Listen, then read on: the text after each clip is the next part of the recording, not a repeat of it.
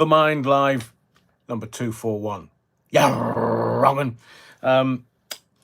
Lots to talk about this evening. Not a ranty as last night. You will know that on reflection, I always look at each particular live, and then we change it slightly for the next live. So it's going to be more interactive for you, thankfully. Lots of questions tonight, because I want your opinion on things, and that's how it should work. Let's get into the parish notes. Let me just make sure I've got everything up and running. Okay. Tonight I'm introducing some quickies simply because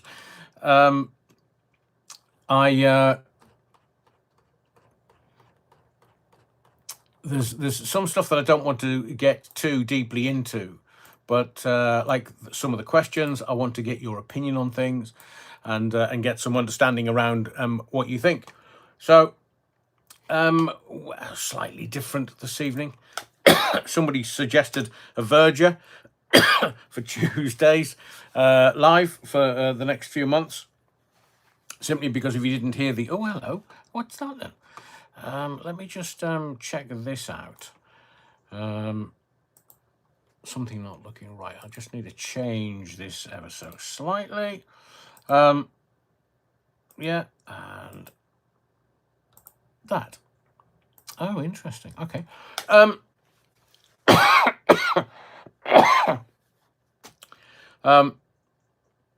So I'm not quite sure what I'm going to do with Tuesdays, but you must understand that sometimes I give my time for free to charity, and the Mankind Project, I'm going to do some bits and pieces with them for the next 10 weeks.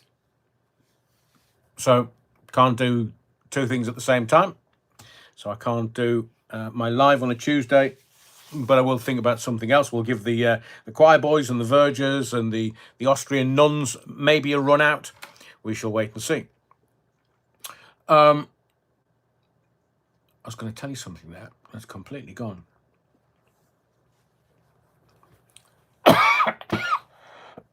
Oh, yes. The cough.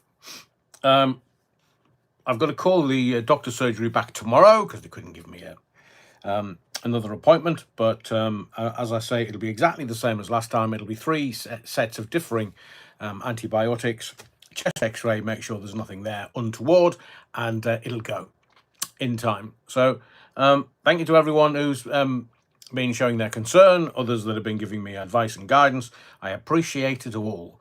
But as I keep saying, oh, Goldilocks.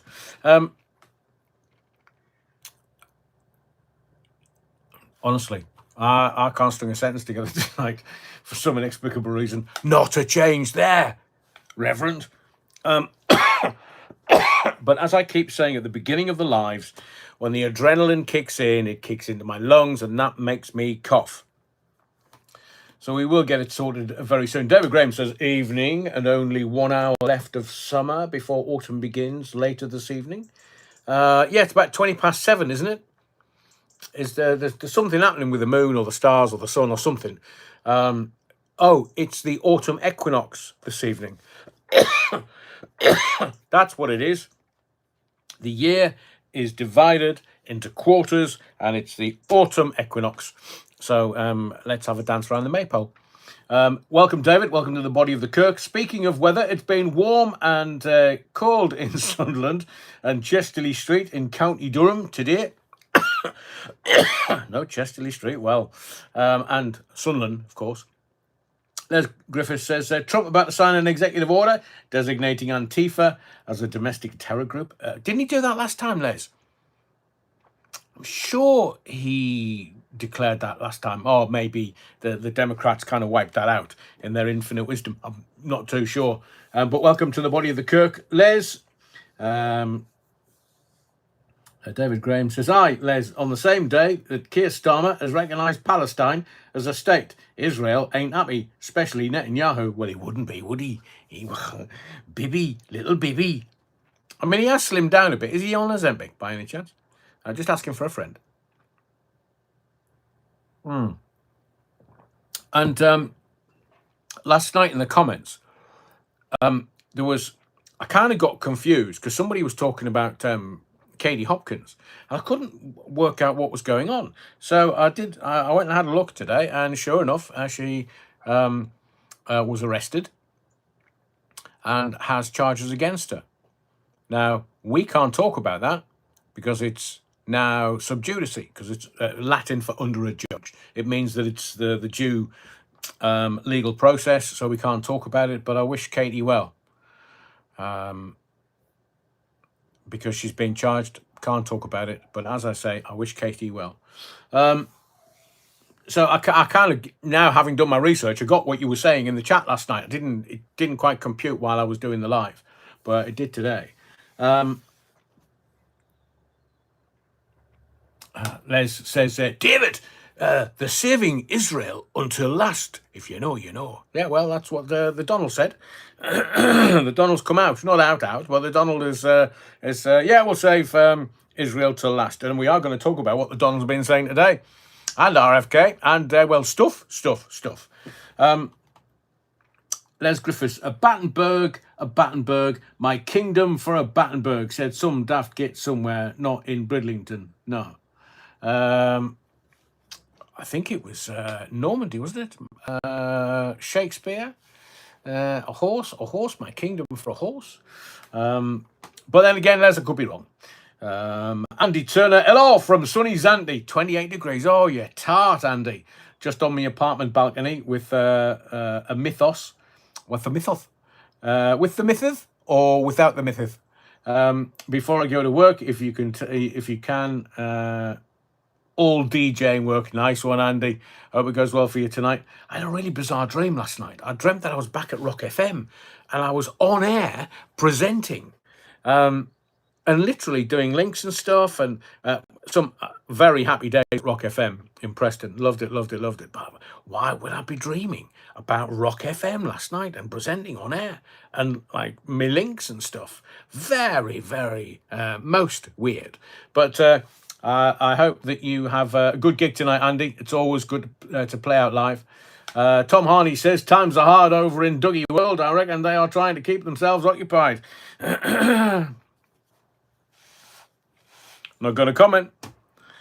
But the times are changing is the only clue I'm going to give. You know what I mean by Goldilocks, don't you? Not too hot, not too cold. Interesting. Les Griffith says, Tom, I don't think it's his followers. I think it's his inner circle. Yeah, it could be that, Les. Andy B, it made me a good living for 33 years. Nice, Andy, nice. I mean, as a former nightclub DJ, there's nothing better than playing live. Oh, the energy. It's just fantastic.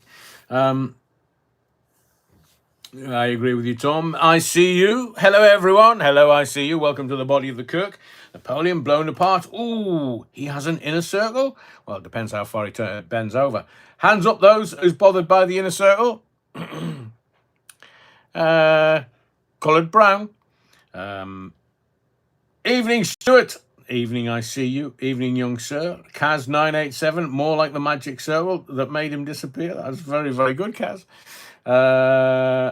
Oh, God, I've pressed too much. Do you know, sometimes, bloody hell, how many did I miss? Sometimes you barely touch the comments and woof, there's 100 of them gone.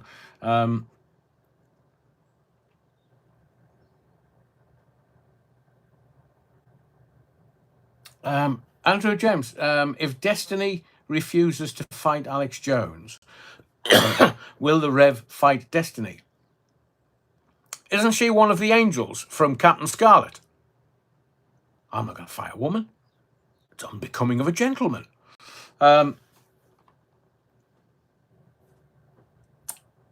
Stuart says, let's see how funny they think it is if he gets recalled because of what they're doing. Correct, Stuart. Hello, everyone, from Lionel Leighton Unrehearsed. Hello, everyone. According to my smartwatch, I'm stressed out. At least my favourite nurse came today. I say, Lionel Leighton Unrehearsed, really? One of those visits, was it? Happy finish by any chance? Looking forward to more insights to what's happening from Adrian. Thank you, Lionel Leighton Unrehearsed. We have got a bit tonight. Tonight, it's going to be more staccato, if you want to use a musical term, or Machine Gun Kelly, if you want to use a film reference, because last night we did a really deep dive. And although the majority of the audience stayed, I just want to do little and often, said the doctor. Thank you very much, doctor. Do I get a pill for that? Good evening, everyone. Good evening, Garen Davis. Good evening, Cuban Pete. That's very funny, Cuban Pete. Matthew Whedon. Evening. Trouble in Italy. Trouble in... Oh, go on, Matthew. Pray tell. Cough, you wrong 'un. What's the Italians don't kick off, do they? As I've said to you before, Second World War, their tanks had 5 gears. 1 forward, 4 reverse. I say, Tom Harney's. What? Round the back? I say, reach around. I see you. Stop it, you mucky tart. And Modeler Man, good evening, Modeler Man. Welcome to the body of the Kirk. Evening, Adrian. What's happening to the update this morning? What update this morning? I will be very honest with you. Sometimes I can't handle the adrenaline from doing these lives. And last night, couldn't get to sleep till 5 o'clock this morning. So the day's been a write-off, really. So that's why I haven't done anything today, Modeler Man. So I apologise. I will try my darndest. Ghetto Defendant, buongiorno. Buongiorno. Ciao, Ghetto Defendant. Tom's Tales. Hello, Adrian. Can't stop now, but we'll see the replay. Have a good live, everyone. And you, Tom's Tales. Hope everything's okay. And enjoy the catch-up. Paulie Galtieri.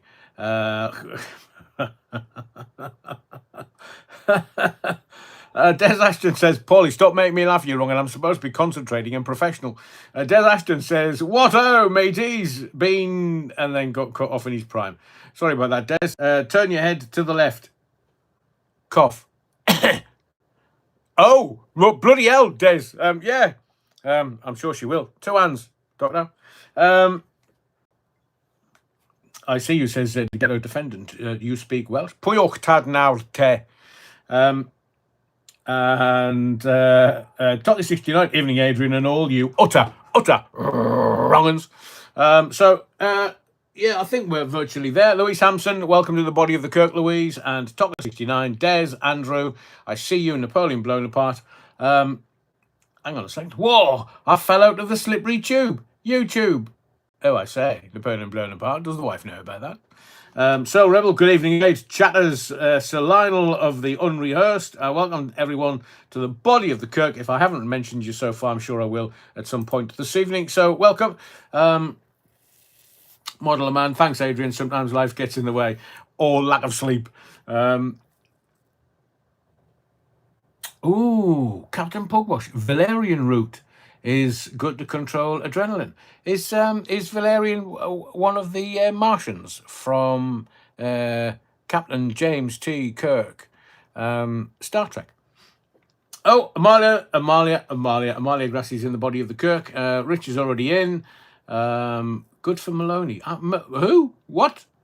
No standing for me, mate. I'll sit on someone's lap, whether they like it or not. Oh, watch out. Amalia's lively tonight. Ghetto Defendant. I packed all my shorts away. Now it's winter. Do you know, I was just thinking that today. I went for the morning papers this morning.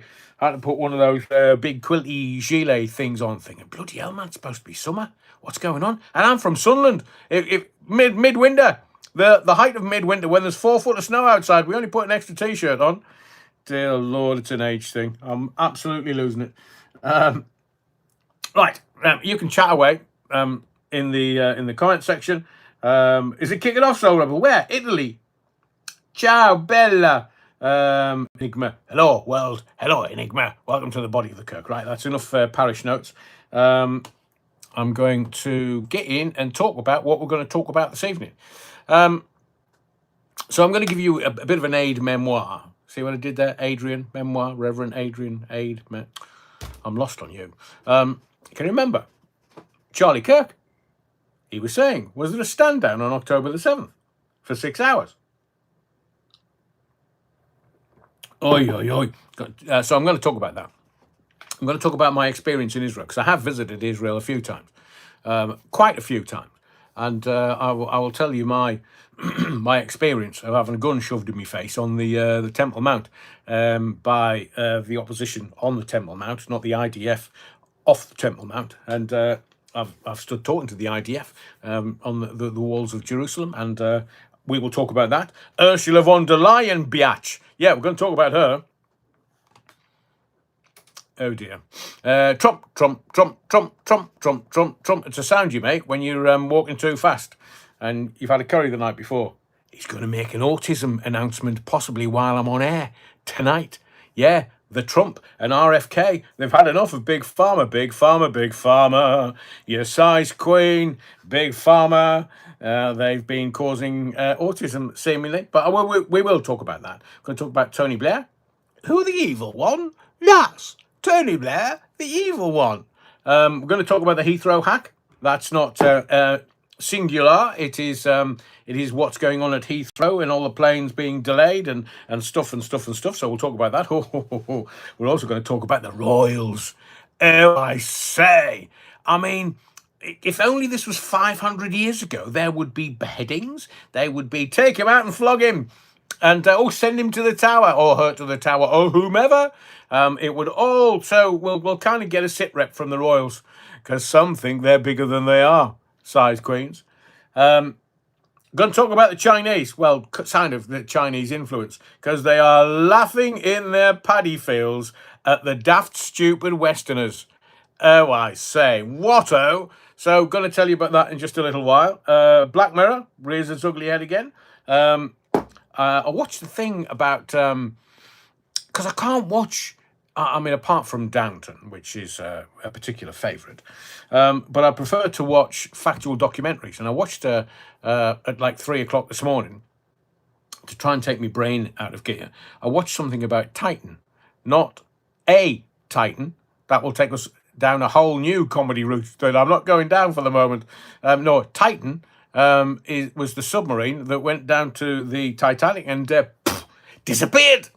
Well, apart from somebody knocking on a hull somewhere, knocking on heaven's door. Bob Dylan. And I want to talk about Erica Kirk. Because I wanted, the reason why I've got lots of questions to ask you tonight is because I want to get your take on things.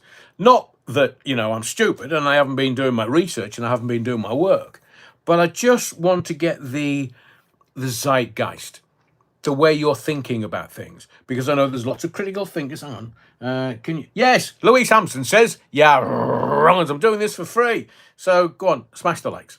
It's the thummy thing. Just hit it, it goes, ooh, like. So we can get close to 200.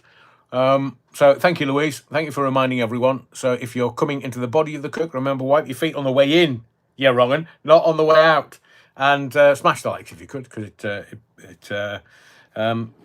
it makes a difference. It does make a difference. So I'm going to take a deeper look in a little while around Erica Kirk and Charlie Kirk, because I have never in all my born days seen all of these theories around the shooting, theories about what's gone on subsequently after the shooting and the assassination. And I just want to kind of, I don't know, sit rep, just kind of get to where we are, because the stuff been coming out today and I'm thinking, really? And according to my ninja teacher, whom I revere,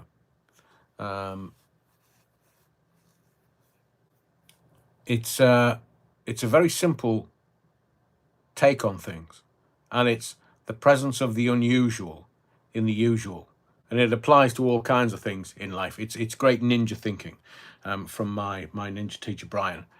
And Erica Kirk and the whole situation, just maybe I've seen too many theories. Oh, Beata, wow. Thank you for the comment. I'm not going to repeat it for very obvious reasons, because, as I say, it's sub judice, so I can't give an opinion. I can give a general opinion, but I don't want to do that. I don't want to kick someone while they're down, because it's tough. It's tough. I mean, there's was it Silver Fox Hot Takes? He got arrested. There's other people that's been arrested, and it's. I see you, says Beata. I agree. Hang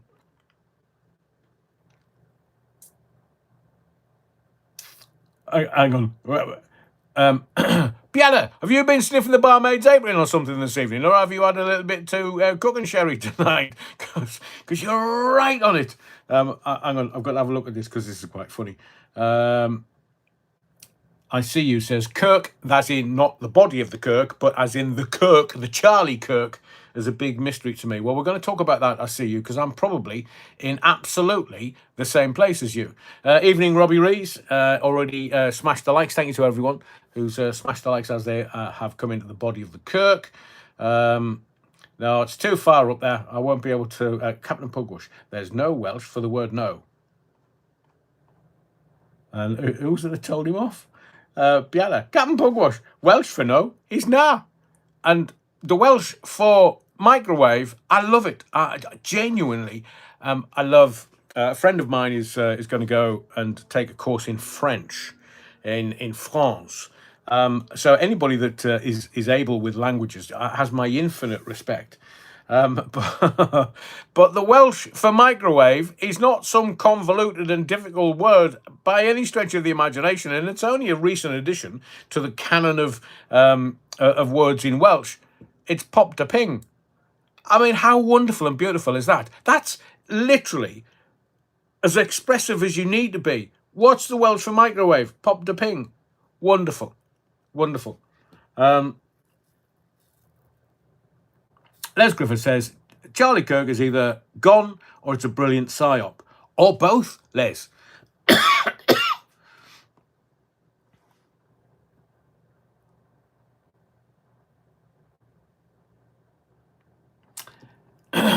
Honestly. So thank you, Led Wookfit. Thank you for the correction. Search assist in Welsh. The word for microwave is microdon, as in Mogadon.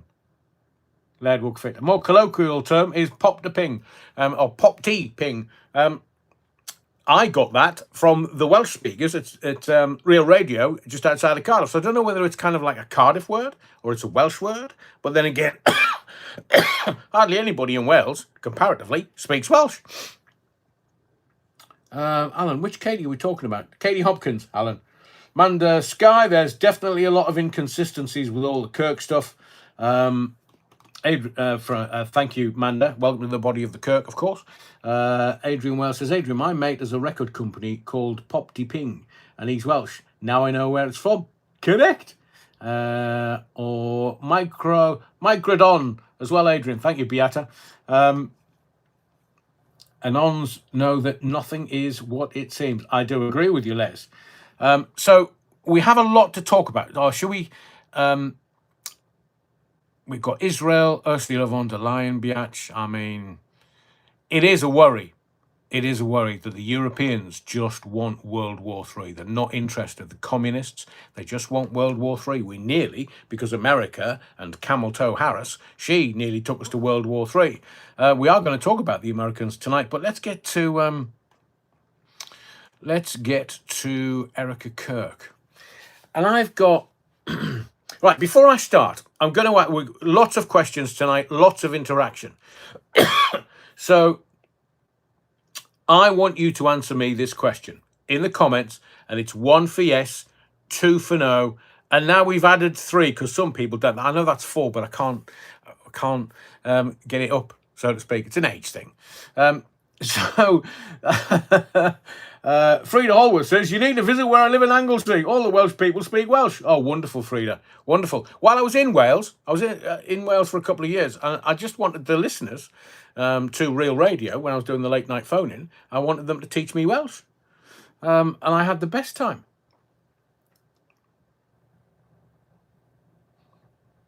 Lovely Soul Rebel. Has Tracy been in lately? Not sure. Hope she's okay. There's Viv from Darlow. There's now Sandra Whittam, who I'm worried about because the Blades have lost 6 on a trot. But I'm very supportive of Sandra and Sheffield United, having worked for Hallam FM in Sheffield, and I love Sheffield dearly.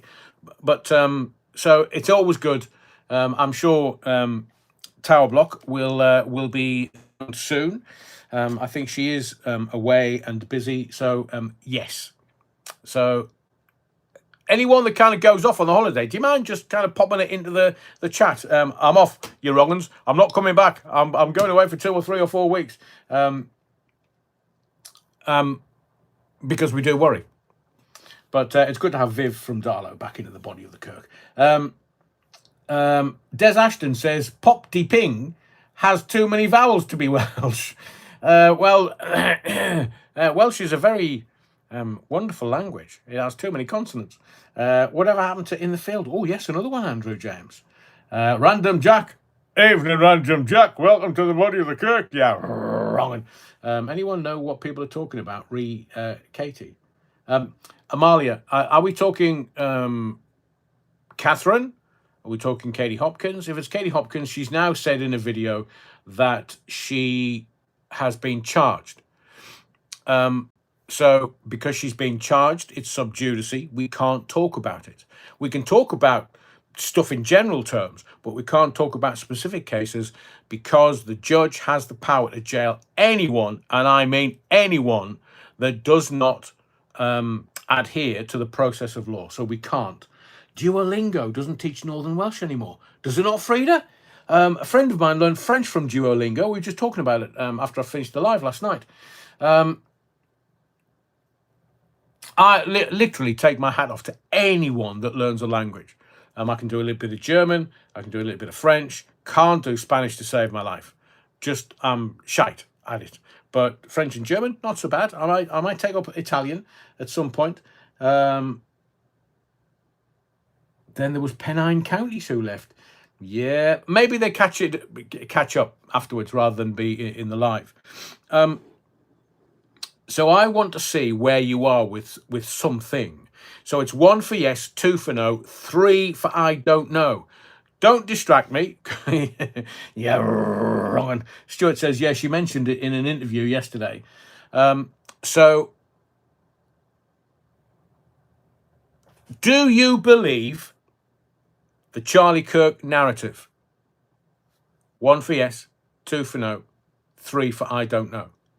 Do you believe, I'll make it official narrative around the Charlie Kirk assassination. 1 for yes, 2 for no, 3 for I don't know.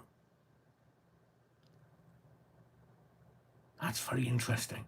Andrew James and Aidan Wellsmith say 1, but wow. Matthew Whedon doesn't know, sitting on the fence. Fatal Racing Driver, I see you. Hang on, there was a newbie in the body. Pauline Makepeace is a little unsure. Peter Rees-Jones, we're talking about Welsh, Peter. That's a no. Robbie Rees, no. Karen, Ghetto Defendant, no.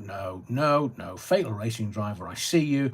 Lionel Leighton, Unrehearsed. Pauline is a I don't know. Des Ashton is definitely a no. Tom Harley says I don't know. Stuart says, if I'm away, I always let you know because it's a gentleman thing to do. It is good manners, Stuart, and I really do appreciate it. So I'll ask you the question again. Do you believe the Charlie Kirk official narrative? 1 for yes, 2 for no, 3 for I don't know. Modeler Man says yes. Captain Pugwash says I don't know. Rich says I missed a question. Pay attention, man, ya wrong. Do you believe the official narrative around the assassination or murder of Charlie Kirk? 1 for yes, 2 for no, 3 for I don't know. Karen and Nicholas and Penny Hen, Les Griffiths, Peter Rees-Jones, Robbie Rees, Manda Sky, all saying absolutely bagger off. Rich says 2 so far. Simon John Lavender. Captain Pugwash says, I don't know. There seems to be Hewitt Super Sub 2, no way. Albert Medcalf and Lionel Layden unrehearsed. There seems to be a glitch within the comments because people's comments are coming up twice. Oh, I wonder what's going on, Your Honour. Simon Clarkson, Hallam DJs, yeah. That was a long time ago, 90... Was it 91? I was working at Hallam FM, City FM. I was working 3 radio stations at the same time. I did a bit of Air FM at the same time. There's a theory he is in protective custody because of a threat from Netanyahu.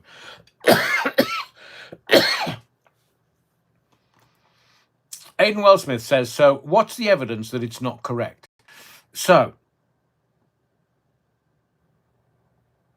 interesting. Terry Wookfit says, a lot of info will be resolved on release of the full autopsy report. Did you see Kash Patel? No, I before he became director of the FBI, I was a bit of a fan, not fanboy, but a bit of a fan. I thought he's straight, he's up and down. He might do well at the FBI. I see you. Oh, you're braver than me. I see you telling Laird Wookfit, don't be naive. Rich, is information being held back until we get over his death? Well, Dale Steele makes the point. Like the JFK autopsy and the single bullet theory. Maybe there will be films and films and films. Billy Atkinson, absolutely not. Welcome to the Body of the Kirk. And to everyone who might be a newbie, who might have posted for the first time this evening, Poppy cherry for you. Oh, they found the bullet. Bugger me, Napoleon blown apart. Where did they find that? In the next state. That is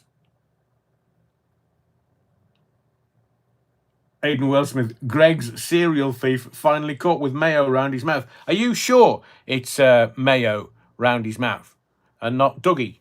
Because he does like a steak bake just before he gets sentenced. Moffat and Temple, Hartshead, when Kellner was there. Oh, yes, Simon. Yeah, Martin Kellner. Remember Martin, definitely. I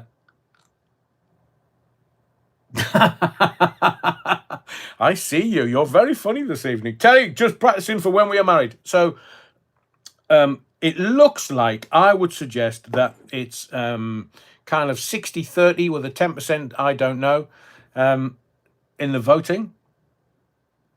Captain Pugwash, does sub judice apply in the States? No, just this country. But as I'm to kind of weave your way and support you through understanding the legal ease, sub judice is this country, Katie is in this country, and because of recent experiences, the police tend to, and somebody can correct me if this is wrong, but the police now tend to look at something that is cyber enabled. And if it's cyber enabled, it's wherever that computer is, that is the lead force. Now, I may be wrong about that. It might have changed. This was from a long time ago.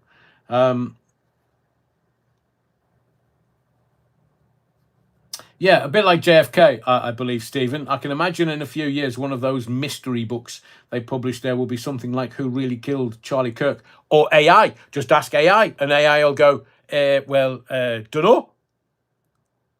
Depends what the input. That's very funny, Terry. So the reason why I wanted to ask you where you are with, because you're as the parishioners in the body of the Kirk. Dale Steele says, very good point, Dale, thank you.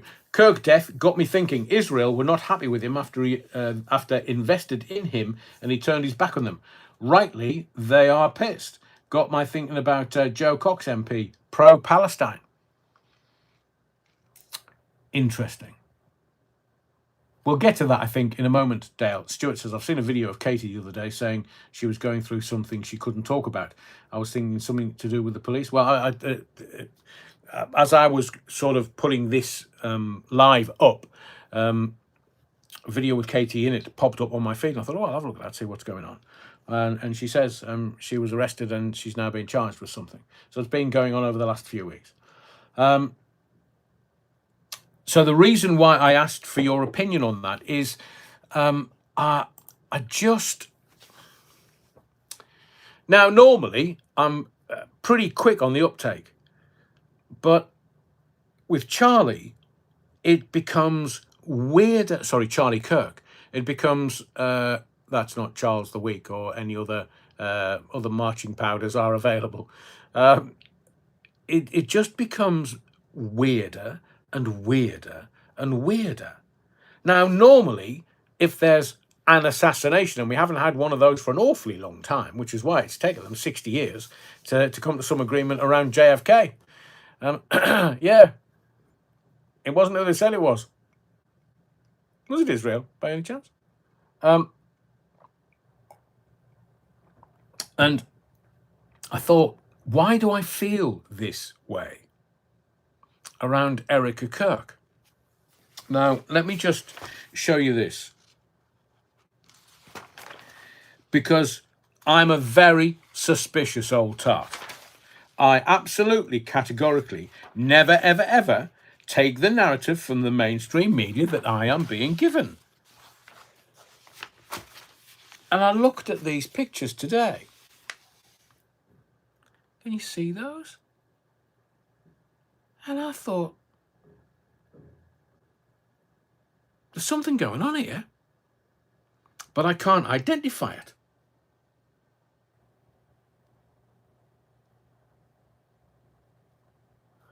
So and look at Trump giving her a cuddle. 90,000 people at the memorial yesterday. And she's saying, my husband died happy like Jesus had saved him. What the fuck? And then, I forgive him. The answer to hate is not hate, but love. And now she's the new chief exec of Turning Point.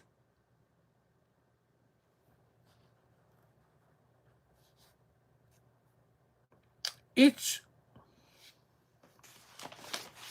So my ninja sense, as I say, I've trained in lots of different disciplines within ninjutsu. And one of them is to use your instinct. And my ninja sense, the presence of the unusual in the usual, is that, because the newspaper's to my left, so that's why I'm pointing that way. It's that. It done. And then the filming of those plastic waxy hands in the coffin. And then posting it on Instagram or TikTok or whatever. It's just not sitting with me. If somebody gets their head blown off like JFK, you can kind of get away with it.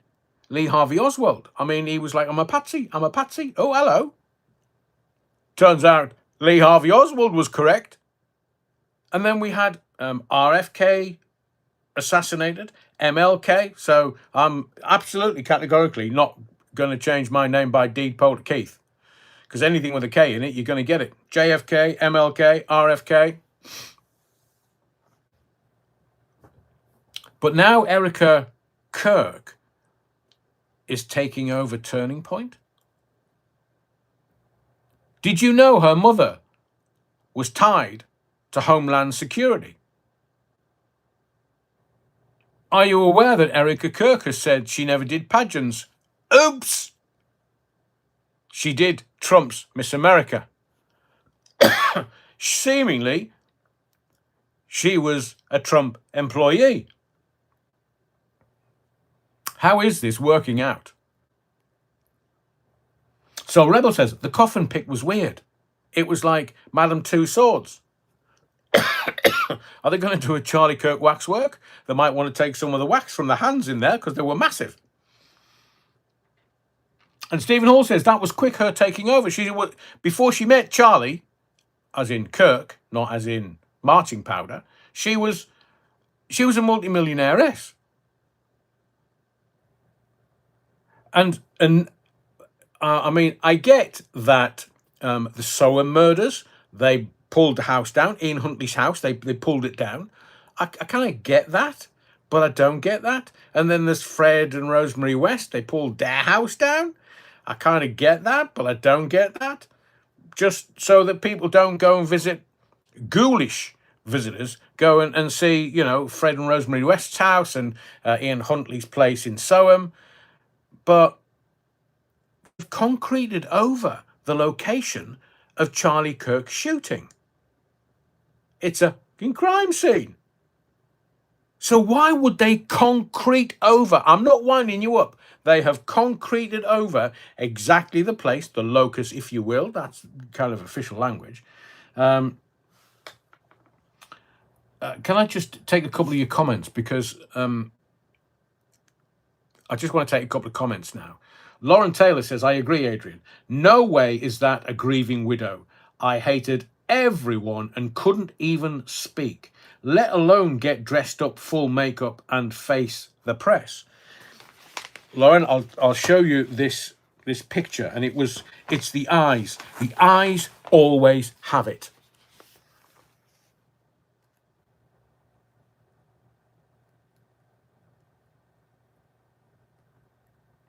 Now, I'm not suggesting anything nefarious. I'm not. But as Lauren said, and people in my family that have been bereaved, there's within 2 days of seemingly the love of your life, and your husband and the father of your children gets assassinated in full view of the world. And you're like, oh, I'm a believer in God, so I forgive. Wow. But the concreting of the floor and then the trap door, how does that work? What's underneath there? And it's the assassination is being used by everyone on the right, politically in America, certainly. When the Terry Wookfit says, when the autopsy is released, it may explain the actions of his T-shirt, the wound and lack of exit. Oh, there's definitely an exit wound. It was on, as we look at him, it was on the right of his neck. That caused the blood to gush. But I'm sure we're on the same page, Terry, that a bullet would cause more damage, more internal damage to the bones and tissue, passing through the vertebrae, passing through the neck, passing through arteries. It should have been blood and snot everywhere. So whichever artery it hit, that would have been spraying like buggery everywhere. But bullets do strange things when deflected by plates and bones. Not if they're traveling at 2,300 miles per second or something, or whatever the velocity is. Alan says, if Mossad bumped off Kirk, Jesus.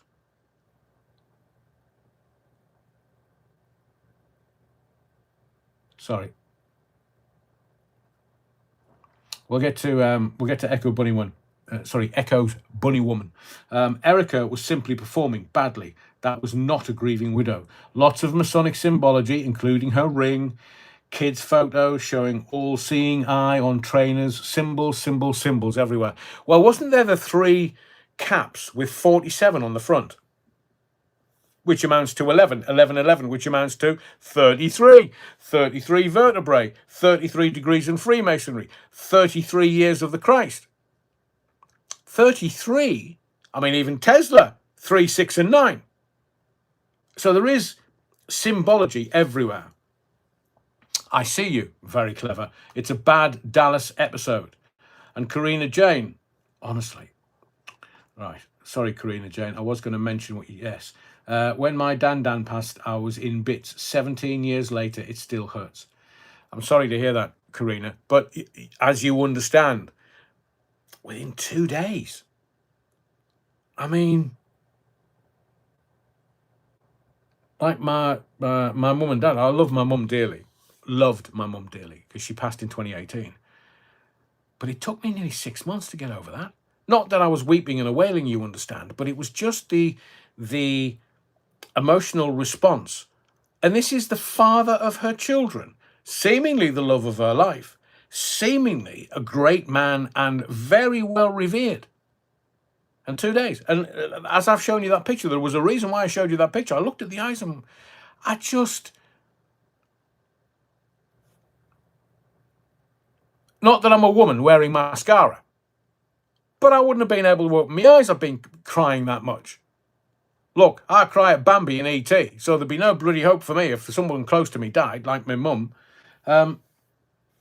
Simon Clarkson says, back and to the left, to quote the film. Yeah, Kevin Costner. I see you said, echoes. Yup, she's a bad actress. I was in pieces when my mum died for weeks.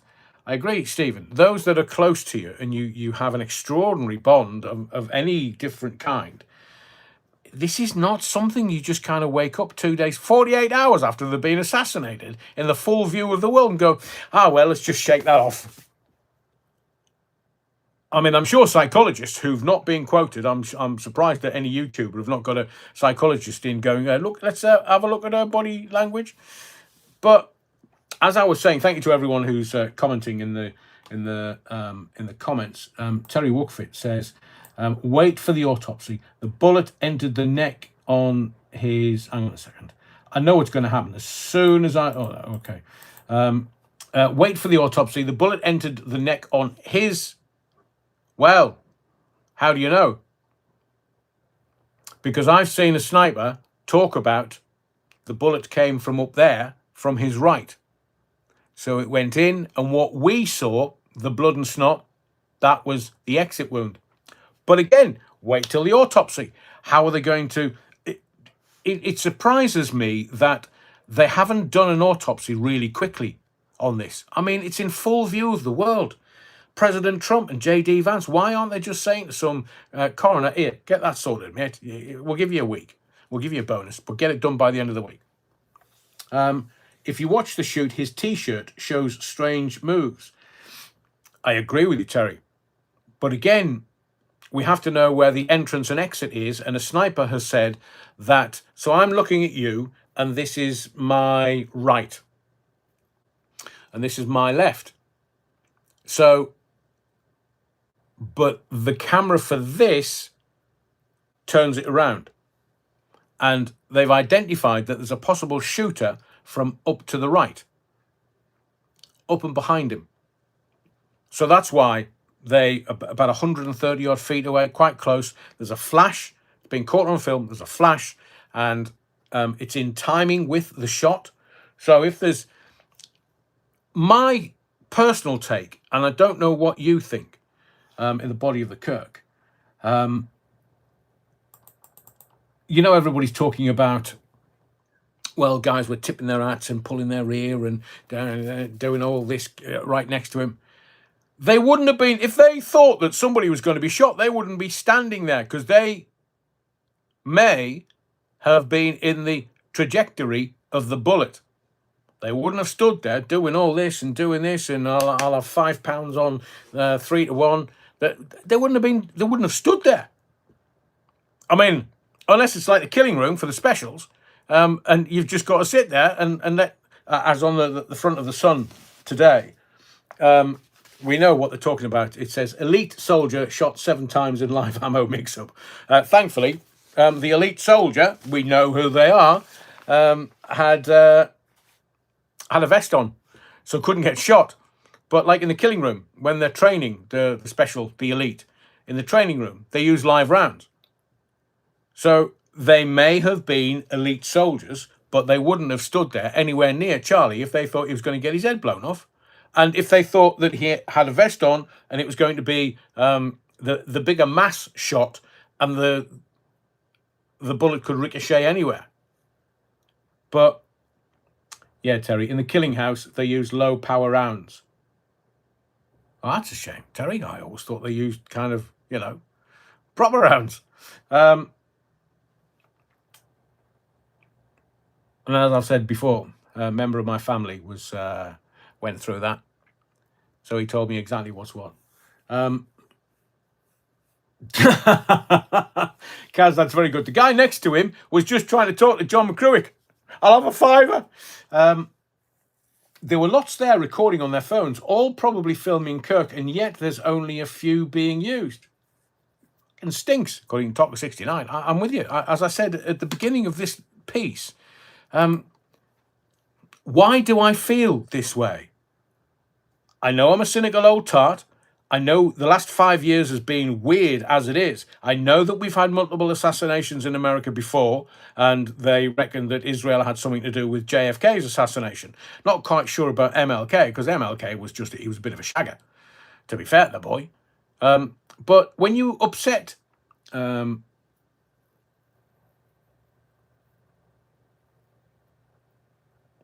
yes, of course, that was one of the points that I was making, Terry, that Terry says, no, most hostage rescue use either Glasser Saftery slugs or low power. They don't want rounds to go through and hit somebody else.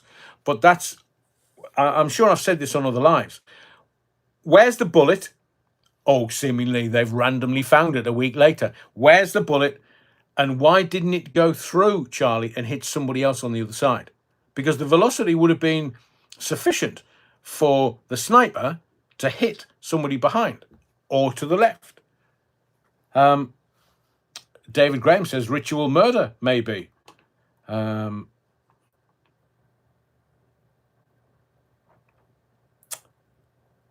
Okay, Terry, sorry, the bullet was in the body. But if it was in the body, how comes there's an exit wound in the neck? You see, it's not cut and dried. It's not really easy to see it. And it was on worldwide TV. Stuart says, I think it was Wednesday's live you mentioned about the bullet, Rev. Thank you, Stuart. I did. It's not being able to critically think your steps through this and go, yeah. We've got ex-snipers. We've got expert people in loads of different fields giving many conflicting theories. But I want to know, so when he's shot and he goes down on the floor and people run round, David Copperfield would have been out of there quicker than he can go, bloody hell, there's a trap door.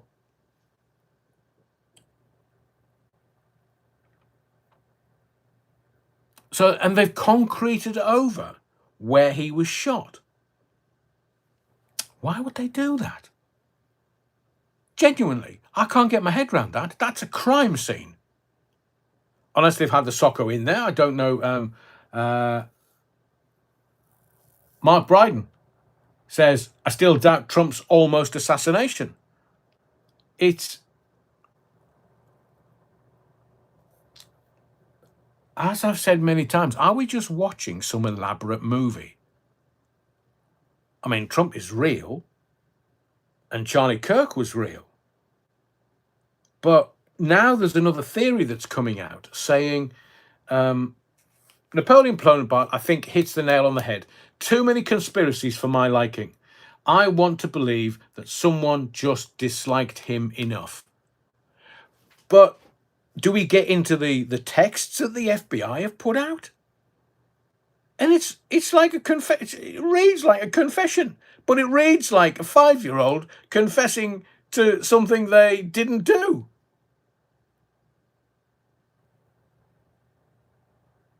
So this whole situation is being used by everybody on the right. The Democrats are finished. They're over. The left worldwide, apart from Davos and Europe, it's done.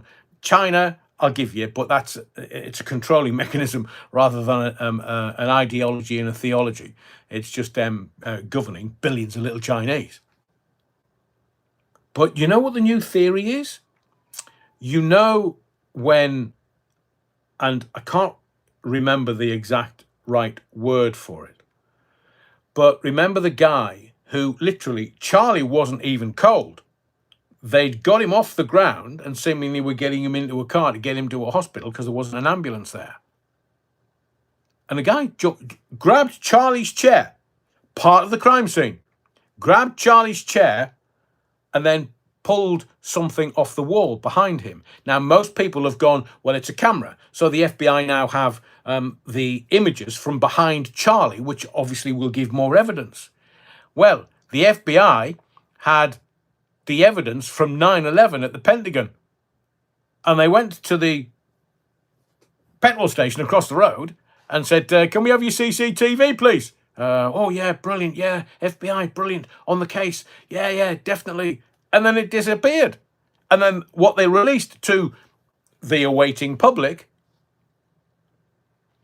they pick and chose what they released to the public. And it wasn't what they needed to release to the public, which was a picture of a fucking missile going into the Pentagon, going into the offices where the paperwork was for the missing $2.3 trillion that Donald Rumsfeld had announced the night before. So now we have this seemingly camera, because everybody's just gone, oh, it's just a guy getting the camera. Obviously, it's getting the evidence. But who's to say it was a camera? There's a theory today that GB Patriot, I agree, missile at the Pentagon, no plane involved. It's amazing how it took out all the paperwork for the $2.3 trillion that miraculously just disappeared. So they've got no paperwork to trace it. Oh, that works. But this camera, as they're saying, somebody said it's a projector. Now, what do you call the facility to be able to project something? I'm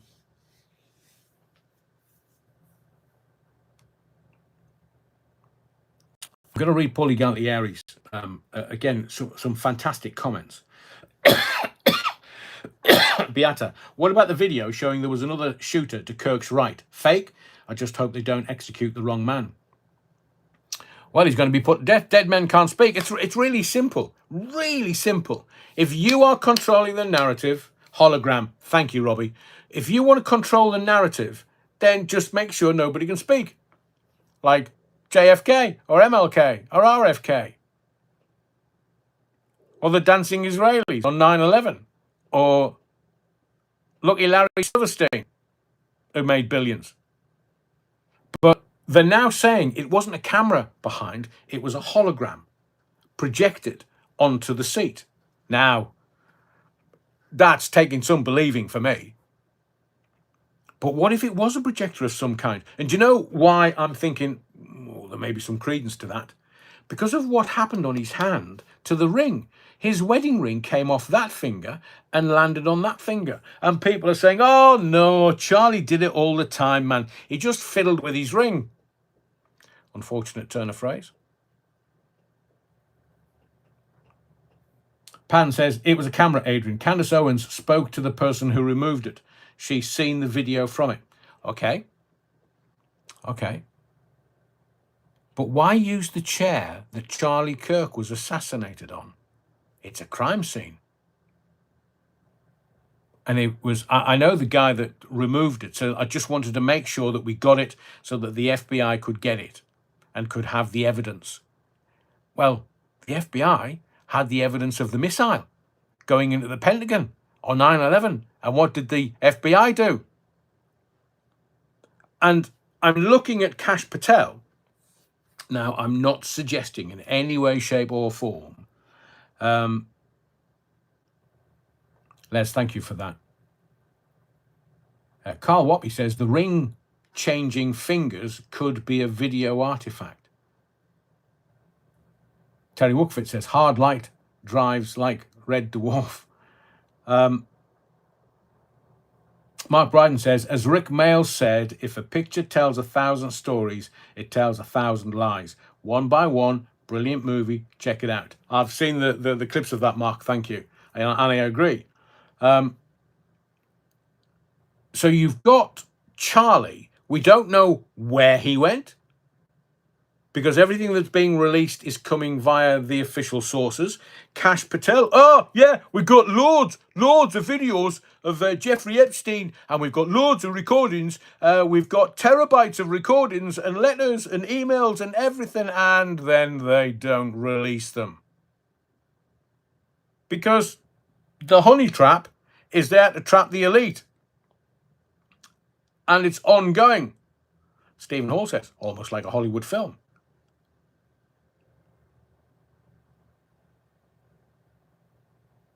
Yeah, good at Aiden, thank you.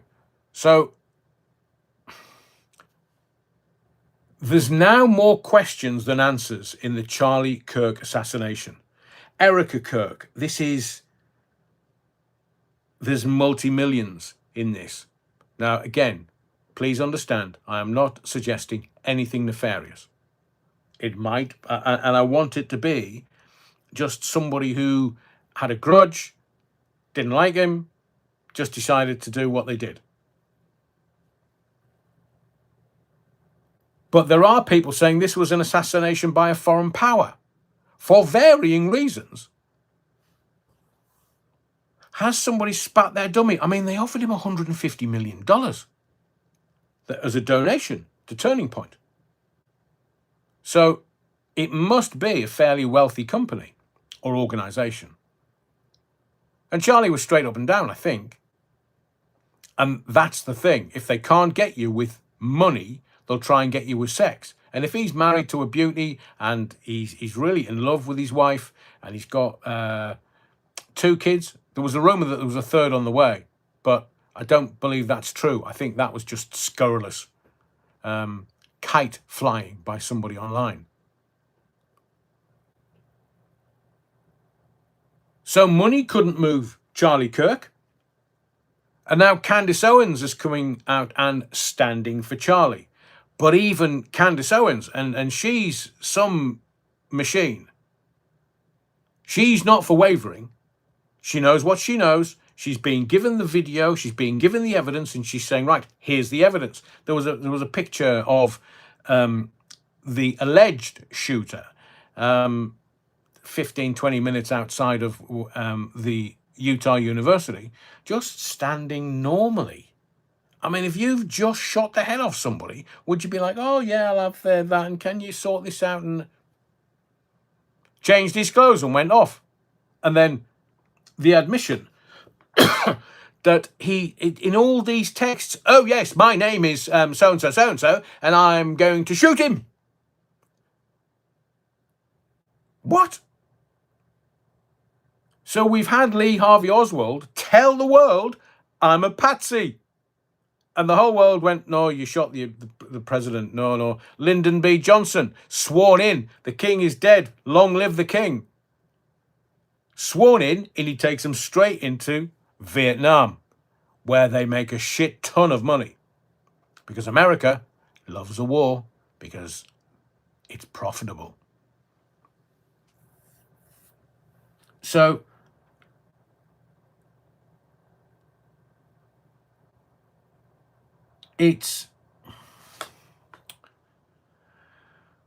there's too many inconsistencies. And there's Kash Patel standing there saying, see you in Valhalla. Was it Valhalla? See you in Valhalla, brother. And it's all there. So where did they mean Valhalla? Somebody's gone and found this island where Valhalla's on this particular island in the middle of nowhere where people in the witness protection program may end up. There's too many inconsistencies. That's why I asked you for a sit rep before I started all of this. And Candace Owen, she won't rest. So the point I was going to make was that loads of people are now coming out saying Candace wasn't a friend of Charlie Kirk. Candace hadn't been around Charlie Kirk for years. Candace hadn't been to any of the Turning Point events for years. And these are people on podcasts, not mainstream media. So you would think that the podcasters would want to get the truth out there. And yet, Candace has had to put out texts, pictures, dates, times, places to sort of justify what she's saying. But it appears that all these people that said she wasn't a friend of Charlie Kirk have lied. All these people that said she wasn't around Turning Point for years and years and years have lied. And all these people that are saying that it's not what she's saying are lying out of their derrieres. Now I will ask you a question. Why do you think that they're lying? Is somebody paying them to lie? That's my cynicism. So who would be paying people to lie on podcasts and then using it in social media to justify and attack Candace Owens. I don't believe that Candace Owens is lying at all. I think Candace wants to get to the truth. And now the official narrative is in trouble. So what are they going to do?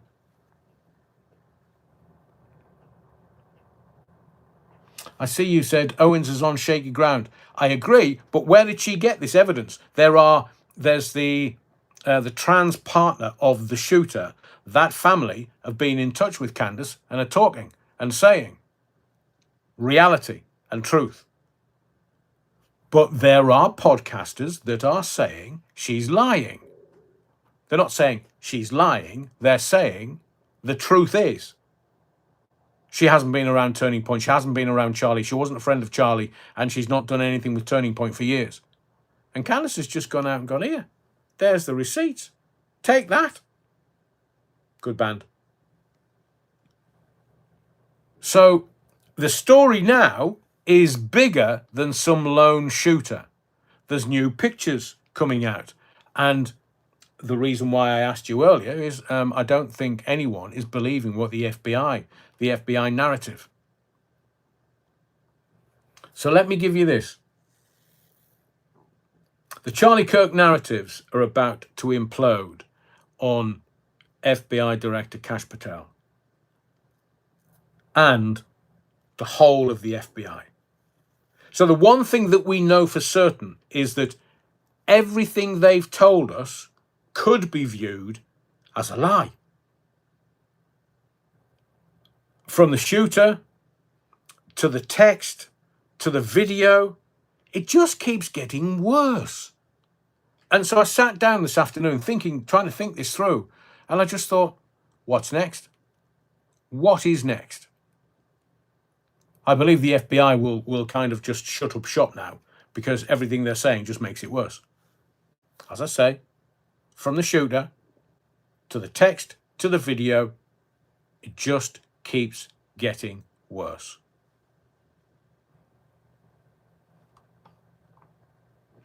Interesting, Les. Charlie snubbed Owens and she never got over it. Well, it must have been recently. I see you says, she's not my favourite. She's a climber. Thank you, Les. Thank you, I see you. Echoes Bunny Woman. Trust no one. High profile. I'm with you, because there's cash in them there hills. Not as in the FBI director. I'm talking about Moolah, Greenbacks, Benjamins. And they're all at it. So now, as I said at the very beginning of this piece, Erica Kirk. Why do I feel this way? My cynicism is kicking in big time. I don't believe what I'm told. I'm too long in the tooth, and there's a very good old phrase. I'm too old a cat to be fucked by a kitten. So they can do whatever they want. Social media, new beast, hardly been around 20 years. Google's only just over 20. 21, 22? Oh, sorry, 25. So it'll be 27-ish. So I don't believe what... And I know what the American deep state can do. Look at JFK. Look at MLK. Look at RFK. Look at the assassinations. And look at 9/11. Look, I want my passport and my case and my protection to be made out of the same materials that the passport was made of, from one of them in the plane that went into the Twin Towers, if it ever went into the Twin Towers, and it was found hundreds of yards away from the Twin Towers. I want my life to be protected by the same material. Utter bullshit. It's just brown stuff, doo-doo. I mean, at the time, everybody was like, what? He parked a car and conveniently left a passport nearby. So everybody knew who the pilot was. Oh, yeah, man, had a wee and shite. Told you before, I'm too old a cat to be fucked by a kitten.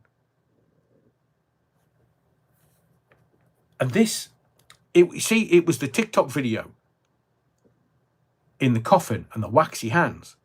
Now, I completely get that they probably used some kind of makeup to make his hand look barely human. Because when people die, they go weird colours.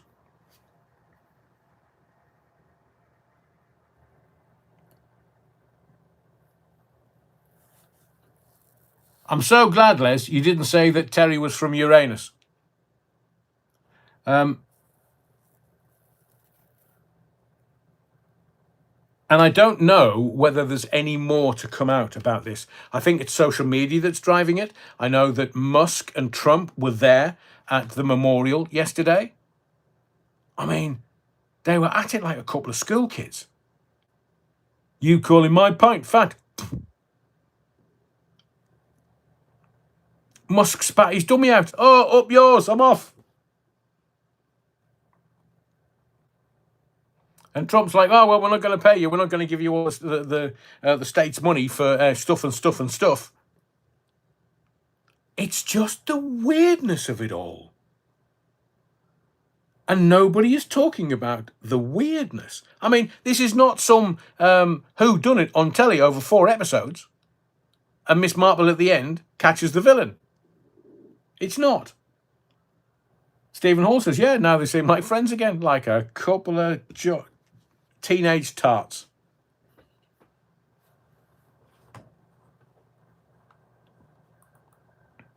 You're driving a hard bargain, Les. I think Terry's up for more than just a bucket of hobnobs and a curly whirly. Mind you, if you'd offered me Orange Club biscuits, I would have just said, yeah, 1 packet will do.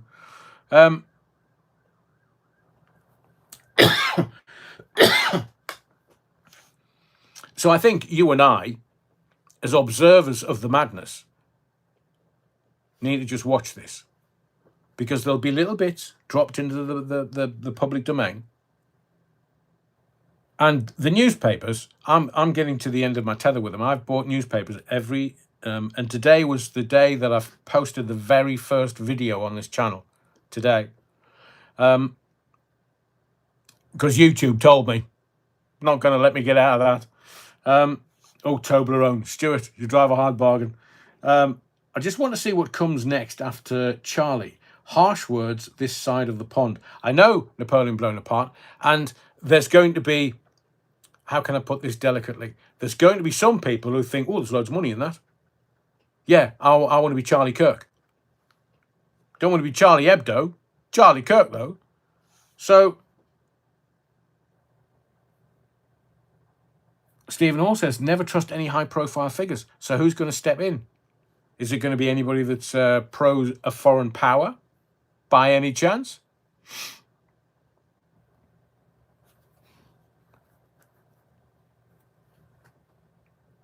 And it's barely a week since the shooting. 2 weeks, coming up 2 weeks to the away from the shooting.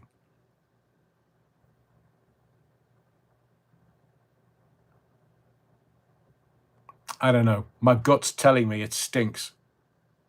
But I can't give you sufficient evidence to say this stinks. Nobody can. There's all these theories out there. But people are saying, I'm not believing the official narrative. And I'm with them.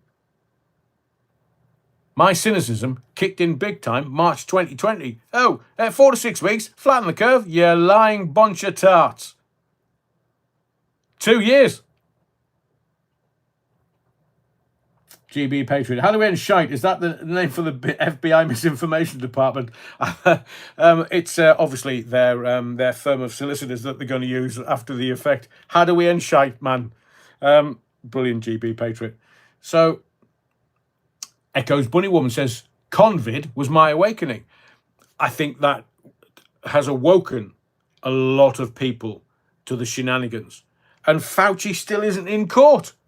I mean, I saw somewhere today, and this is right back here off the top of my head, somebody has been arrested. Might have been an anonymous emailer that sent it to me, but somebody has been arrested to do with the jibber jabber for crimes against humanity. So why isn't Fauci in the dock? Why isn't Bill Gates in the dock? Because they can buy people off with moolah, money, greenbacks, Benjamins. They can just buy them off because everybody has a price. Charlie didn't have his. 150 million and he turned them down. Out of way and shite, man. And Miley says Fauci won't be either.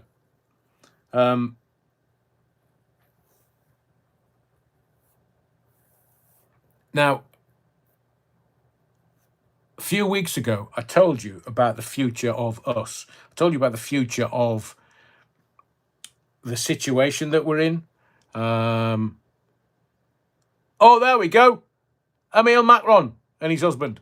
France formally recognises Palestinian state, Macron tells the UN. Well, I say husband. I mean, politicians appear to be very friendly and very cordial. Entente cordiale in France, man. That's a bit of en français for you. And you know that the Prime Minister of France has been caught out lying about his law degree. He didn't get a degree from the university that he said he did. Jesus! These politicians, man, they just make it up on the fly. They're plate spinning so many things. But, so just to let you know that, hang on, I'll get rid of that.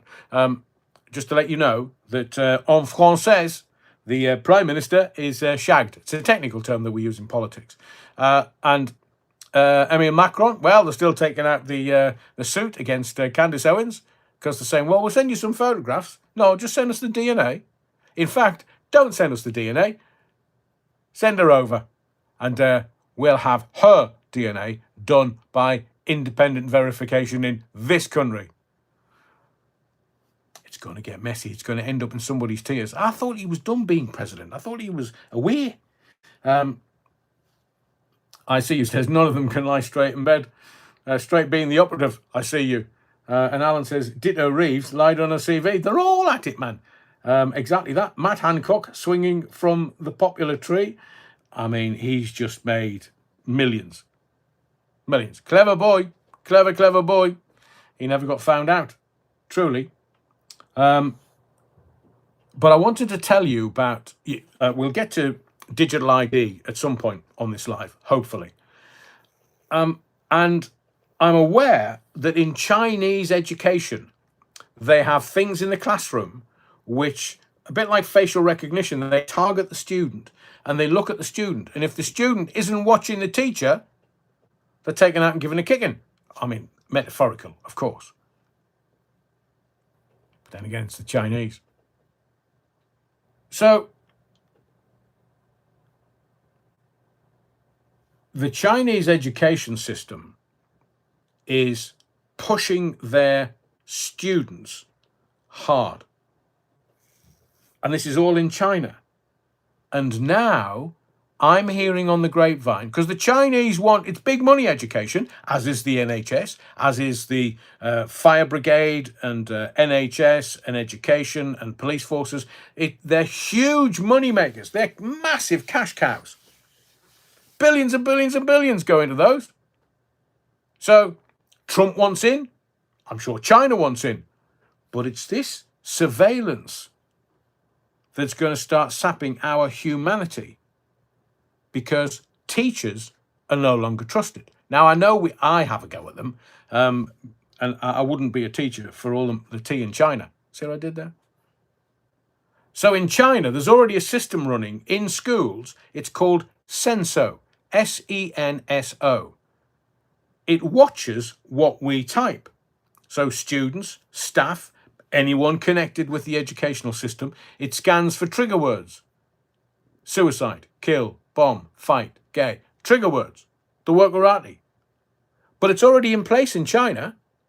And China did offer to run our digital ID system. And cockeyed, little rich boy, Sunak, says, no. He's from Richmond, which is he's an MP for Richmond, which is almost the northeast. So I'm very well aware that he might know the phrase that he told the Chinese. Not Foxtrot Oscar, Hideaway and Shite Man. I'm not quite sure what that is in Chinese, but I'm not going to get the kanji tattooed on my arse either, because it's probably I'll have sweet and sour pork balls. So the Chinese have this system in the Chinese educational system where Senso, so it's running schools, it's AI, and they're watching the teachers presenting what the curriculum. They're watching the students and whether they're tired or sleeping or alert and attentive. And if you're not, you're taken out and thrashed. And they want to offer this to British schools, the British educational system. Senso, just Google it. You'll find it. It is a thing. And I wanted to ask you tonight. I wanted to talk about the royals, because it feels, as I said a little earlier, I was being facetious. About 500 years ago, Henry would have had people's heads lopped off. They would have been sent to the Tower. It would have been blood and snot everywhere. But now we've got, like, Queen Elizabeth II avoided all of those bullets because she knew what everybody was at. Didn't need anybody to tell her. She was on the money. Interesting, Stephen Hall. I didn't know Richmond in Surrey, where, and I do know Richmond in Surrey, lived there for a while when I was at LBC, was named after Richmond in Yorkshire. Oh, I say. And Richmond in Yorkshire has given us a couple of different prime ministers, 2 in recent memory that I'm aware of. But let me stay with the royals, because we've got, on the one hand, we've got the American court, Ginger Bollocks and the cable TV actress. They've got their court, but it's not doing that well from in my view. But now, after reading the newspapers today, it looks like that the royal family, Prince Andrew for sure, is possibly set for some kind of devastating blow. And I'm using that advisedly, considering the subject matter. Charles the Weak is going to possibly have to intervene in the Epstein row. Now, I don't know whether you've seen it, but poor Fergie and Andy. So she's been sending emails to Epstein. As I said on the live last night, they're all coming out, for people to have a look at. And she's like, "Oh, darling, we love you. Thanks for the 15 grand. Love you. I'll pay it back, honestly. It's like the check's in the post. I won't come in your mouth. It's one of those. I'll pay it back, darling." And Amalia Grassi says, "You were at LBC. What? The LBC of James O'Brien LBC? Flipping heck. Yeah, Amalia, I was a presenter at LBC at the time when James O'Brien was, he'd been on mid-mornings a year or 2. Nick Ferrari had only just gone on to Breakfast for a couple of years. I was there with Ian Lee and all the other luminaries. I was there for a few years. Back in the beginning of the noughties, from, I think it was 2003 to 2007. So I was there for quite a while. So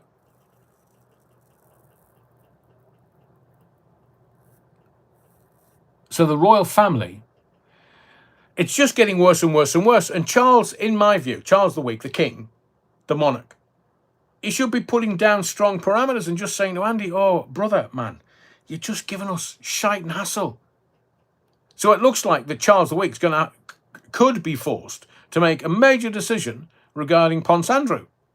Because there's Fergie.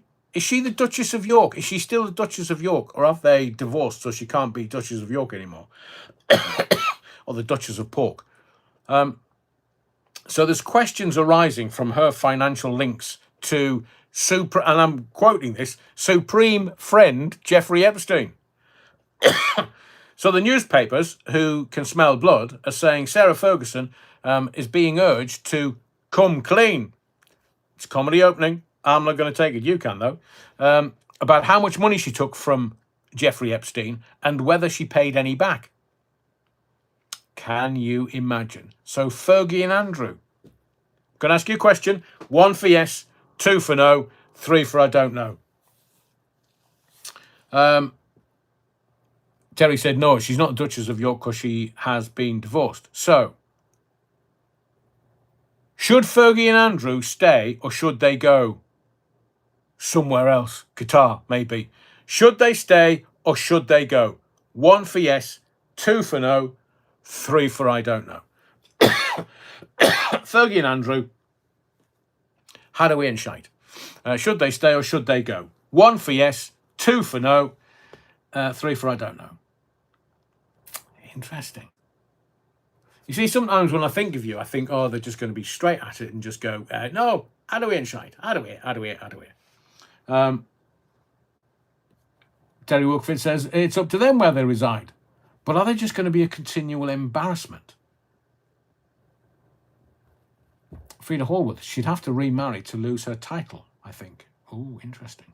So it's it's split down the middle. I would say it's nearly 50-50 ones and twos on ye old ones and twos. Some people are definitely, no. Should they go? No. Some people are like, oh, aye, go on, get rid. Echo's Bunny Woman makes a very good point. Stay and face the music.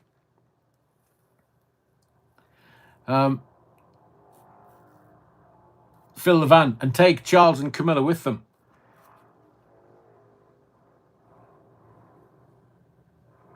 Paulie Gallieri, Adrian, don't give a fuck about any of the royals of your time. I'm just interested to get your take on things. What the bloody hell's going on at this time of night? Can you hear that? So I mention it, so it stops.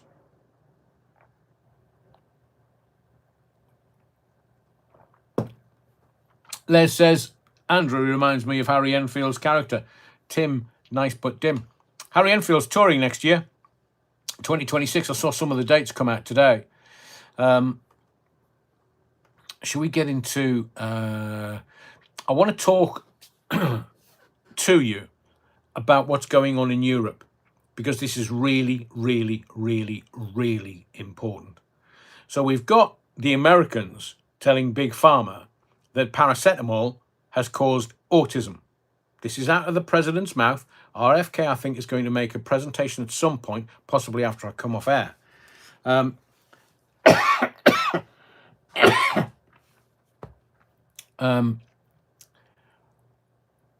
But you know the president of Europe, Ursula von der Leyen, biatch. 7 kids. A doctor, seemingly. Now, she's the European Commission president, Ursula von der Leyen, biatch.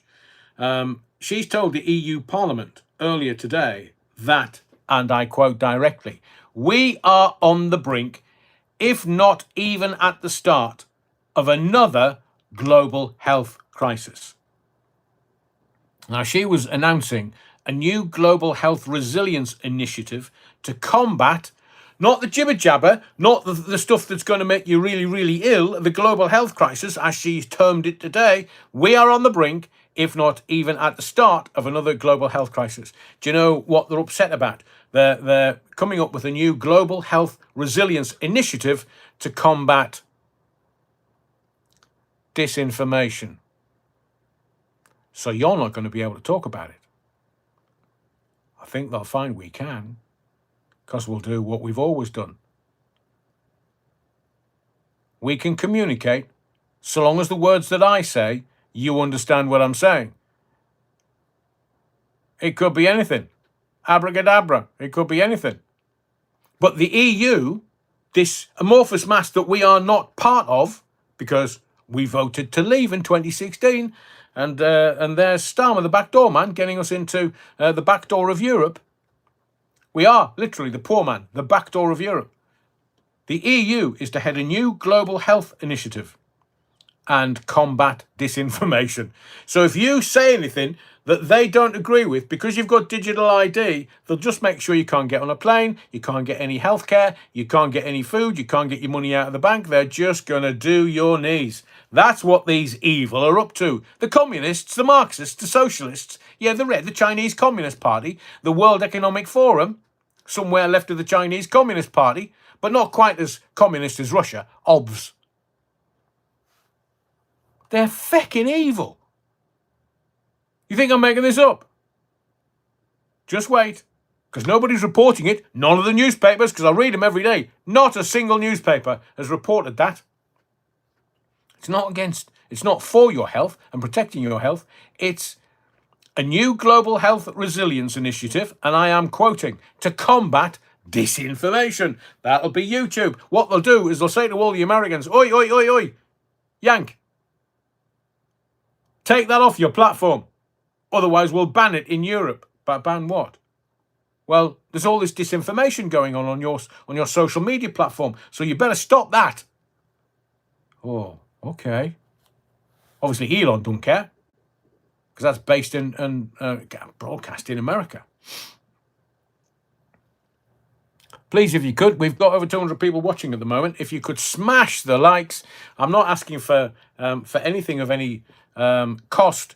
The likes are value to the channel. It just makes YouTube go, oh, I say, what's going on with the theatre of the mind? So if you haven't already, just smash the likes. It doesn't cost you anything, and it helps my channel. As Winston Churchill once said, control the information, control the power, says GB Patriot. He also says, KBO, keep buggering on. Again, I just want to put something really quick on your radar, because he's not my favourite politician. In fact, he's just a joke in my house. I call him Headless Davy. You know, Sir Headless Davy, the leader of the Workerati in Parliament, in my view. He's having a go at Farage. So obviously, the Labour Party, who everybody's laughing at, they can't have a go at Farage because they just go, oh, they're having another go at Farage, are they? Ah, well, wait till we get them at the general election. So now, Headless Davy, he's having a go at Farage. He's saying Nigel Farage is a threat to our country and to our democracy. So I thought to myself, Headless Davy. David Graham says, Ed Davy doesn't even know what a woman is. Matthew Whedon says, Ed Davy, the Cadbury's fruit and nutcase. Correct. Phil Levant, Ian Dury had a banned song of the same name. What, Sex and Drugs and Rock and Roll? Or I Want to Be Straight? Or Spasticus? Autisticus? Was that banned? I mean, I loved the story. Because obviously, Ian Dury had polio as a little one. So he was affected by that. And the Spastic Society, because that's what they used to be called, went to him and said, Ian, can you write us a song? And Ian went, yeah, all right then. And I think it might have been on Radio 4, where he presented it to them and they played it. And it was like, oh, we can't use that. Well, you asked me for a song, so I've given you a song. That's some of my best work, you're wrong.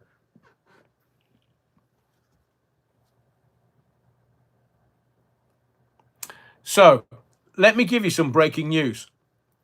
Jimmy Kimmel's show is to return after suspension over Charlie Kirk's comments. Disney have announced. Oh, man. It was so obvious what they were doing. So, let me tell you this. And this is how it works. Because I've used exactly the same technique. I wanted to go away on holiday. Was it Century 106? I wanted to go away on holiday. And I said to the boss, I said, I want to go away on holiday. And they said, right, we'll suspend you.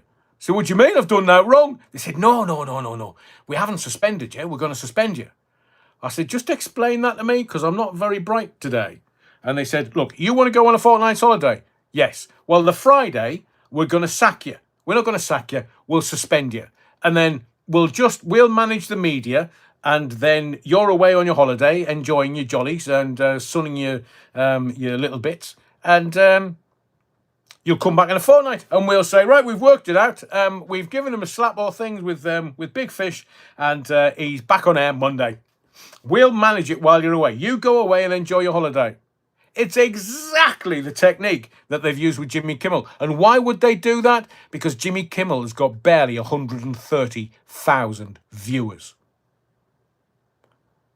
In a country of 350 million. And Jimmy Kimmel's going, oh, you bunch of bastards. You bunch of bastards. Oh, no, I'm losing my livelihood. It's not... Disney have said, literally, within the last 60 seconds, Jimmy Kimmel is to return after suspension over Charlie Kirk comments. Disney have said.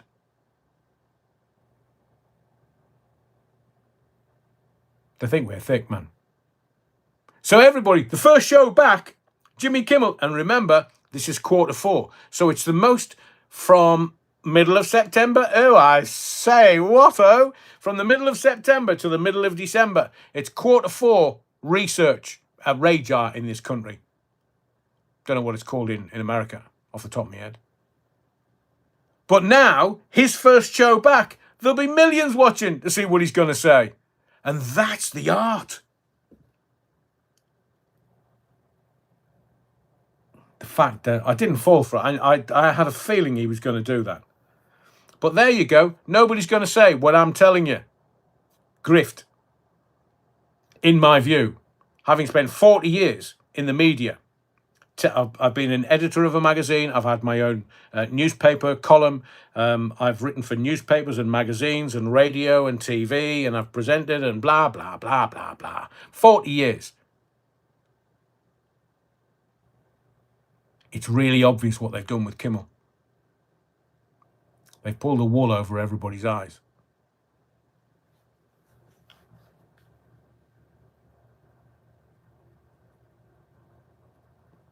Yeah, he said that last night, Stuart. He said that when I was away and connected to the hotel Wi-Fi, my phone was blown up with notifications about Jimmy Kimmel being cancelled. Disney will be really happy with that. They'll be really happy that he's had all this publicity for his show, and he was ahead of all the others. And as I say, what is it, the 21st? So they'll be in survey in America and in this country. So if he's in survey and he's just got all this publicity, you can guarantee that's a wage rise for him, pay rise. Des Ashton says, bullshit baffles brains and makes your flowers grow big and strong. Phil Levan says, remember we had some variety in the 80s on TV. There's basically the same shite on TV now than when I stopped really watching it around 2012. I know, bloody hell. Strictly 21-year-old. And they're just using the same techniques in the newspapers to get everybody to watch it. I'm not watching that shite, man. I did a while ago, but I'm not now. So, I was talking about Headless Davy, by the way, before we were so rudely interrupted by the BBC telling us about Jimmy Kimmel. So, Headless Davy having a go at Farage. Nigel Farage is, and I quote, a threat to our country and to our democracy. But I've told you that the parasitical classes, the political classes, more parasites than political, they're shitting themselves. Because they know there's every chance that the Labour Party is finished and done, the Tory Party is finished. Headless Davy and the Lib Dems are, they're going to have to foxtrot Oscar. Because all of those parties combined have got 40% of the intention for voting at the general election if the general election was going to happen tomorrow. They're shitting themselves because they're going to lose the power. And look, Headless Davy, he's a sir. He's part of the very system that he's trying to protect. He's part of the system. Farage is not. But as Farage has said around the illegals, no one voted to let them in, so we will put our people first. I mean, I know it could be seen that that Nigel's electioneering, but Headless Davy, he just wants the coverage. He just wants to seem relevant. They're fucking Lib Dems. Relevant. My hairy backside. They're about as relevant as a dead turtle. I mean, look at the publicity stunts. Bashing each drum. Bashing one out. Headless Davy. Not a first from what I've heard. And now today he's like, oh yeah, we've got another stunt. We've got another stunt. Mate, man. The public don't care. If I may be so bold. The public don't care. We've had enough. We want rid. We want to drain the swamp at the Ozempic Palace. And we've had enough of the system and the parasitical classes shafting us. So when Headless fucking Davy stands there in the House of Commons going, social care, mate, fuck off!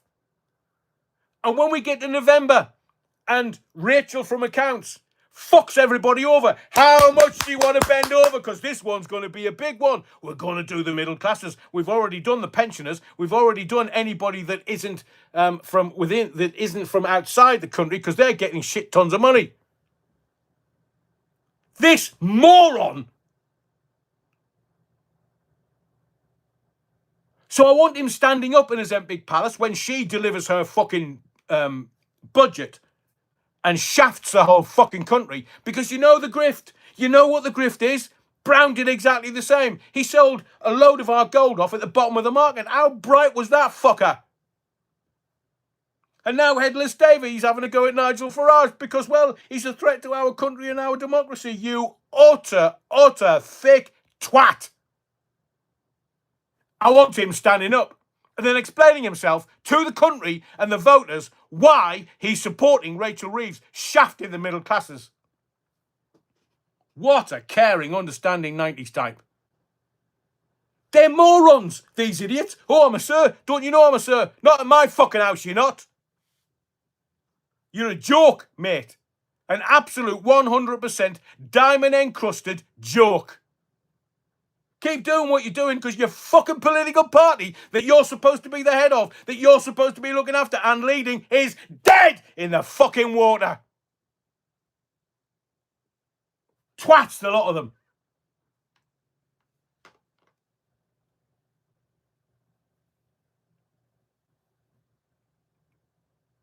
No, that's not me aggressive. That's just me straight talking.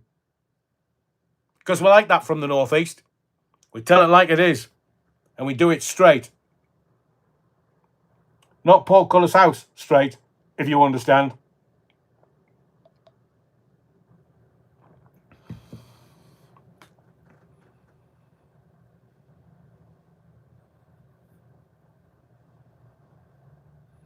That's very deep, Terry. Very deep.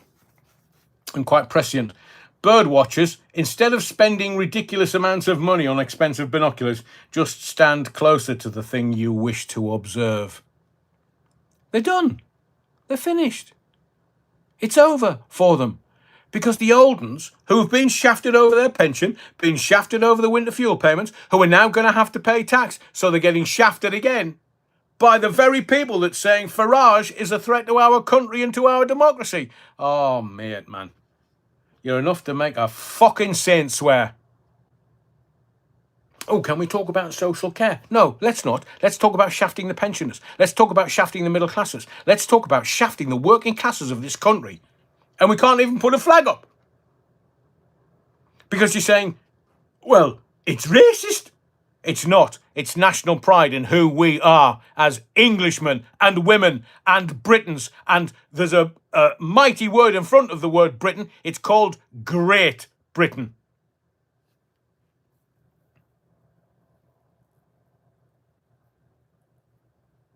GB Patriot, my uncle was from Cullercoats, one hard man. I agree with you, GB Patriot, bloody hell, Cullercoats.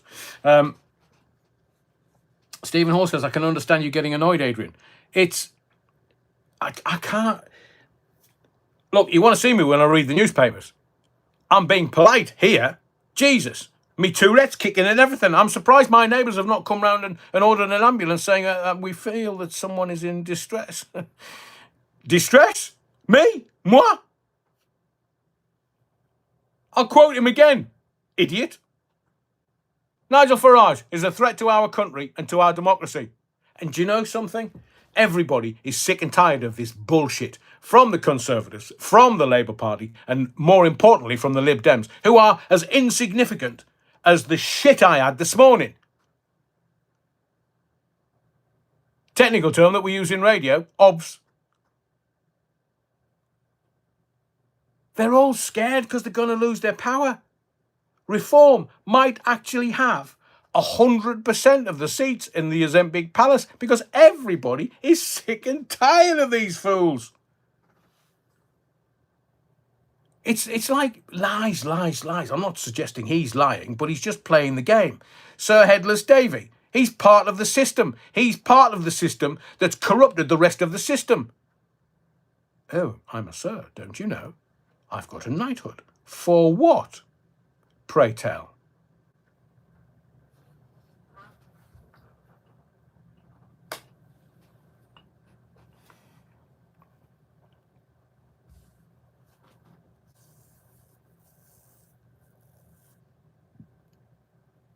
So Farage responded in the only way that Farage can respond. No one voted to allow the illegals in, so we are going to put our people first. Now, I kind of, look, his playbook is Trump's playbook. But when Trump was elected and then started to do all these things to bring America back on track, because the Democrats are over.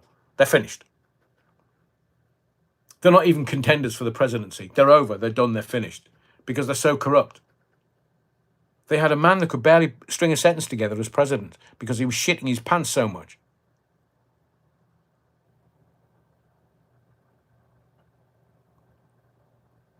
And then there was Camel Toe. She raised $1 billion. For what?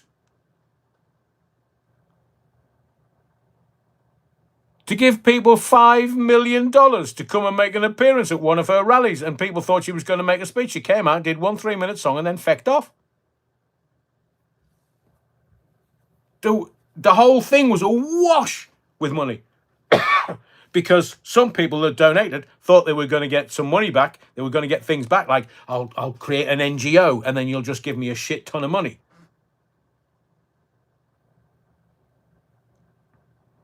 Dean, stop making me laugh, you're Robin.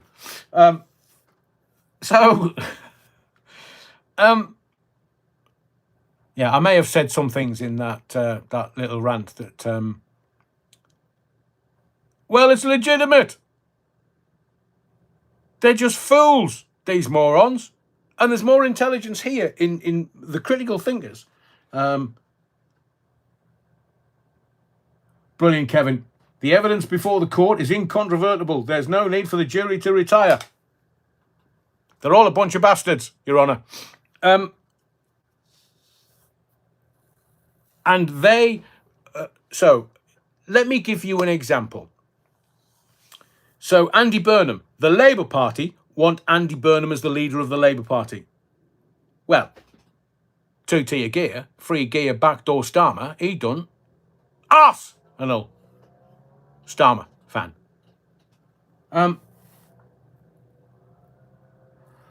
Ghetto defendant, that is very funny. Seemingly, Diane Abbott has apparently said that she formally recognised the state of plasticine. We're just teasing, aren't we, ghetto defendant? So you have an example of Andy Burnham. And the Labour Party wants somebody with a safe pair of hands, like Yvette Cooper, but, you know, more handsome. And they want him to come over. But the thing that the Labour Party is absolutely scared witless about is Farage and reform. Because any election, whether it's a local election or whether it's a parliamentary election, they don't want to go to the country because reform's just going to win. So how are they going to get Andy Burnham from Mayor of Manchester, Greater Manchester, to an MP to take over the leader of the Labour Party for the next general election? Because, look, Starmer's toxic. He's done. He's finished. It doesn't matter what comes out of his mouth. There's more sense coming out of his arse than out of his mouth, in my view. And you have a situation where they're desperate to get Burnham in. I mean, Ginger Growler won't want him in, but might, because they're all from Manchester. But Burnham wouldn't want to give up the mayoralship of Greater Manchester to try and become an MP and then get beaten by reform. Because the country doesn't care anymore about these morons. So they'll just vote reform. Oh, did you see that Corbyn, your party, I think they're calling it, Jesus H, look, this is the calibre of the people that want to rule this country. They've tried for months and months and months to come up with a name for a political party. And what have they called it? Your party. The creativity right there is mind-blowing. Your party.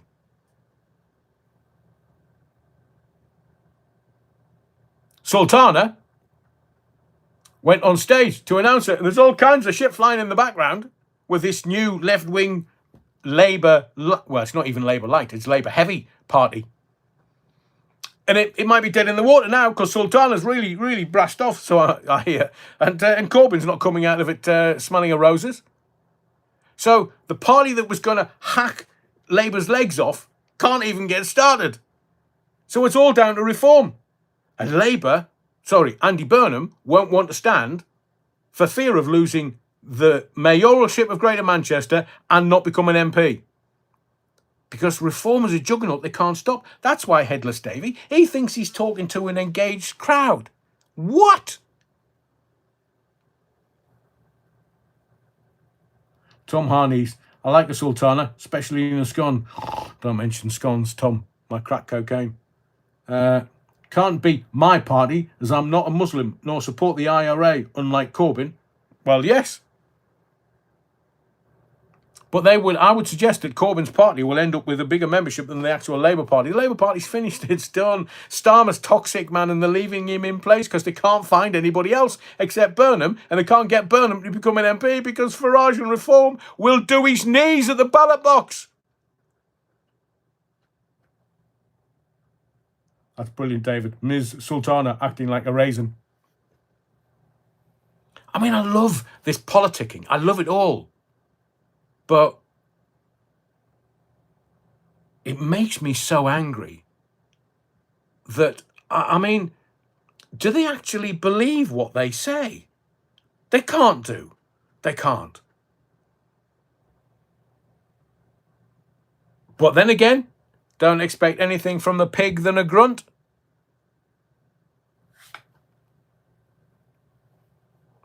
Look, I'm going to call it a night there. Corbyn should have called it Let's Have a Party. Yeah. Or they could have called it even further left than the Labour Party. I mean, they could have been funny, like Cunty McBoatface or whatever it was. When they wanted to name one of the Royal Navy's boats, and somebody come up with Boaty McBoatface or something, which was really funny. The whole country laughed because we have a sense of humour in this country. We're not buying into these headless chickens in the Zempic Palace. No, they're morons. We want something done with a bit of panache, with a bit of joie de vivre, with a bit of just Englishness or Welshness or Scotsness. I mean, the Scots are dry, but funny as. Billy Connolly comes from Glasgow, so, you know, the Scots are pretty funny, and even the Welsh. The Welsh made me laugh and laugh and laugh and laugh. And the English just don't fight us, because we won't lose. Ever. So thank you for your support. It's now autumn, seemingly. The autumn equinox is through. I think it was the moon might have passed over the yard arm or something, so we can have a G&T at about 7:20 whilst I started this live. So if you could smash the likes on your way out, yeah, wrongin'. Shippy McShipface, yeah, Stuart.